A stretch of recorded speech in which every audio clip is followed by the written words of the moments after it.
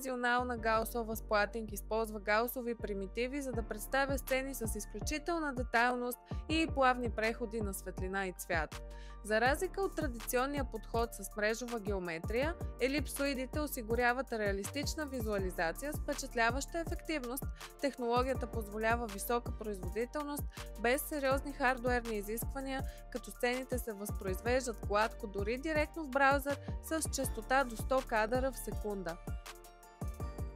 Тъй като гаусовите примитиви имат реални размери в пространството, с тях лесно могат да се измерват обекти и разстояния.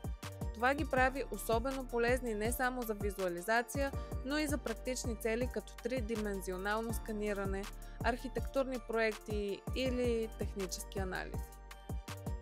Освен измерване на разстояние, с помощта на тези данни могат лесно да се изчисляват и площи на повърхности, включително стени, подове, фасади, както и да се отчитат отвори, ниши или провеси, което е изключително полезно при планиране и изготвяне на количествени сметки. Интегрирането на аватар в заснетите тридимензионални пространства позволява по-добро ориентиране в мащаба и функционалността на дадена среда. Това може да даде на проектантите, инвеститорите или клиентите по-ясна представа за реалното усещане в пространството, както и да подпомогне вземането на решение още на етап проектиране.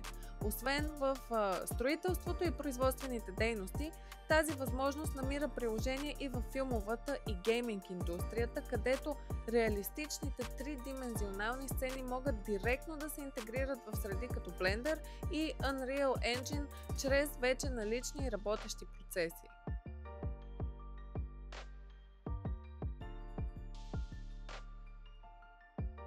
Свържете се с нас, за да научите повече или да видите демонстрация на нашите продукти и услуги.